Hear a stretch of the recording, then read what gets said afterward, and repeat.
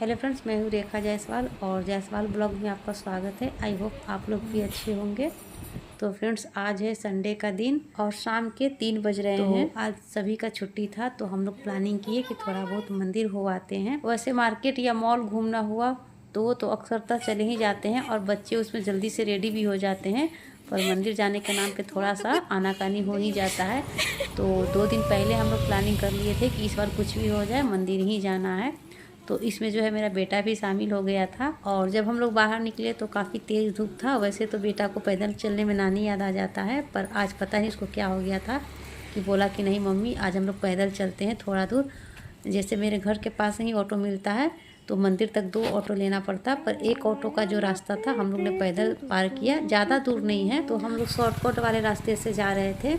तो इधर का रास्ता काफ़ी अच्छा था, बहुत सारे पेड़ पौधे थे तो हम लोगों को पता नहीं चला और हम लोग घूमते फिरते हुए आपस में बातें करते हुए ऑटो स्टैंड तक पहुंच चुके थे और फाइनली हम लोगों ने ऑटो ले लिया था मंदिर के लिए। तो अब हम लोग मंदिर के रास्ते में थे और बच्चे भी काफ़ी एक्साइटेड थे मंदिर जाने के लिए। और मंदिर जाने के नाम पर तो बेटियों ने ट्रेडिशनल ड्रेस भी पहन लिया था, मतलब सूट पहन लिया था। जनरली लोग सूट पहनती नहीं है।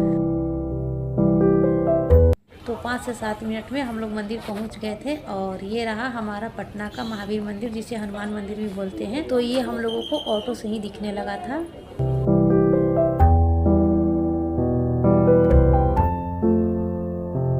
और मंदिर में प्रवेश करने से पहले हम लोगों ने अपना जूता चप्पल जो है काउंटर पे जमा किया और जमा करने के बाद वहाँ से हम लोग टोकन लिए और उसके बाद वहाँ से हम लोग चले गए हाथ पैर धोने के लिए। तो ये सब मंदिर के नीचे ही है और जो हम लोग जूता चप्पल रखते हैं उसकी व्यवस्था निःशुल्क है, पैसा नहीं लगता है।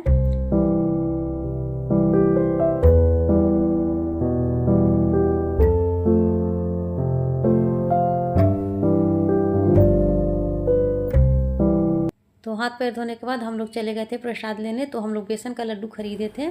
वैसे नैवेद्यम का भी मिलता है, पर जहाँ हम लोग हाथ पैर धोए थे उसी तरफ उसका दुकान था, पर हम लोगों को बेसन का ज़्यादा अच्छा लगता है। तो हम लोगों ने भगवान जी को प्रसाद अर्पित किए, उसके बाद अच्छे से दर्शन वगैरह कर लिए और उसके बाद जो है थोड़ा सा फ़ोटो सेशन भी हुआ।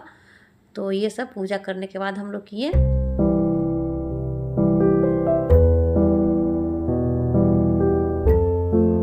और हम लोगों के पीछे आपको पटना जंक्शन लिखा हुआ दिख रहा होगा, जो कि पटना का रेलवे स्टेशन है।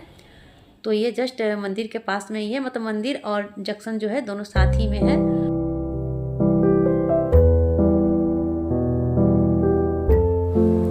तो थोड़ी देर मंदिर में रुकने के बाद हम लोग जो है निकल पड़े थे। तो पीछे वाले रास्ते से निकल रहे थे तो वहाँ पर भी कुछ मूर्तियाँ वगैरह थी, तो वहाँ भी हम लोगों ने दर्शन किया।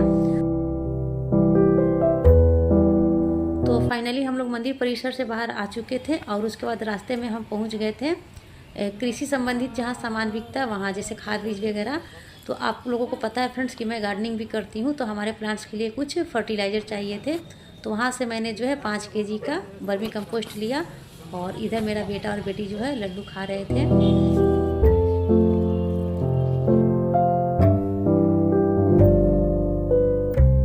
उसके बाद हम लोग ऑटो ले लिए थे और ऑटो जो है पूरे घर तक का नहीं लिया था हम लोगों ने, क्योंकि रास्ते में हमारी दुकान है। तो बच्चों ने कहा था कि आज हम लोग दुकान चलते हैं, कुछ नाश्ता पानी करेंगे, उसके बाद घर के लिए निकलेंगे। तो हम लोग पहुंच गए थे दुकान और ये रहे मेरे हस्बैंड।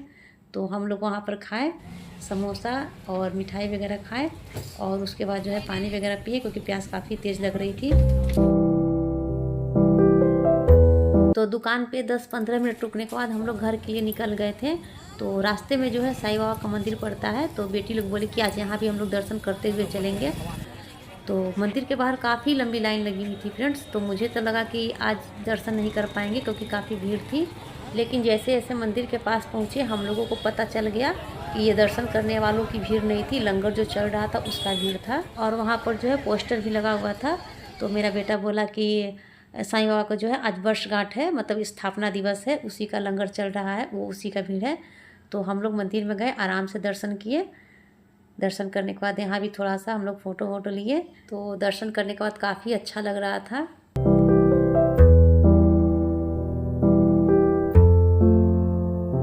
तो साईं बाबा के मंदिर में भी हम लोग 10-15 मिनट रुके थे और वहाँ से निकलने के बाद सीधा हम लोगों ने घर के लिए ऑटो ले लिया था। तो अब जो है हम लोग घर के लिए निकल रहे थे और रास्ते में भी बाज़ार पर नज़र पड़ी, तो बच्चे बोले कि चलिए एक बार इसमें भी घूम आते हैं। तो मैं बोली कि नहीं चलो, शाम हो गया है, काफ़ी देर हो चुका था। बच्चों का क्या है, वो तो जा कर के घर पे मोबाइल लेके बैठ जाएंगे, कोई पढ़ने बैठ जाएगा, मुझे तो खाना बनाना है। तो टाइम काफ़ी हो गया था। और ये देखिए रास्ते में भाई को भाई मिल गया था। तो ये मेरा देवर कलर का है, इसका नाम ईशांत है, जिसे हम लोग प्यार से ईशू बोलते हैं। तो ये भी बाहर निकला था सामान लेने के लिए। तो आते समय जो है हम लोगों को भेंट हो गया था, तो हम लोग साथ में ही आए।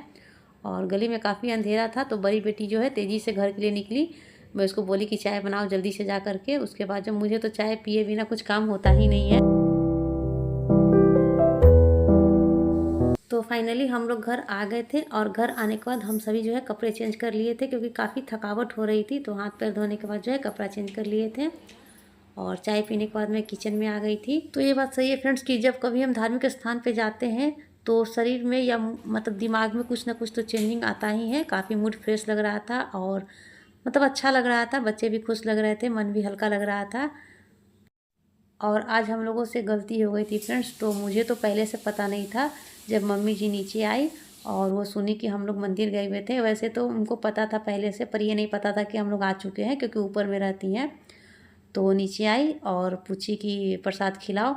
तो हम लोग एक दूसरे का मुंह ताक रहे थे, क्योंकि प्रसाद किसी के पास था ही नहीं। और मुझे भी यह बात अभी अभी ही पता चला था। और हम लोग अपने दिमाग पर काफ़ी जोर डाले, तब जा करके यह पता चला कि हो ना हो यह प्रसाद हमारे दुकान पे ही छूट गया हुआ, जिसमें लोग समोसा खाने गए थे। और अब डर से किसी को हिम्मत भी नहीं कर रहा था कि पापा से पूछे, क्योंकि बोलेंगे कितनी लापरवाह है। लेकिन पता चल गया था कि वही है। तो फ्रेंड्स ये था मेरा आज का ब्लॉग। तो मिलते हैं अगले किसी नए ब्लॉग के साथ। तो फ्रेंड्स मेरी वीडियो आपको अच्छी लगी हो तो चैनल को सब्सक्राइब जरूर कीजिएगा। Bye bye.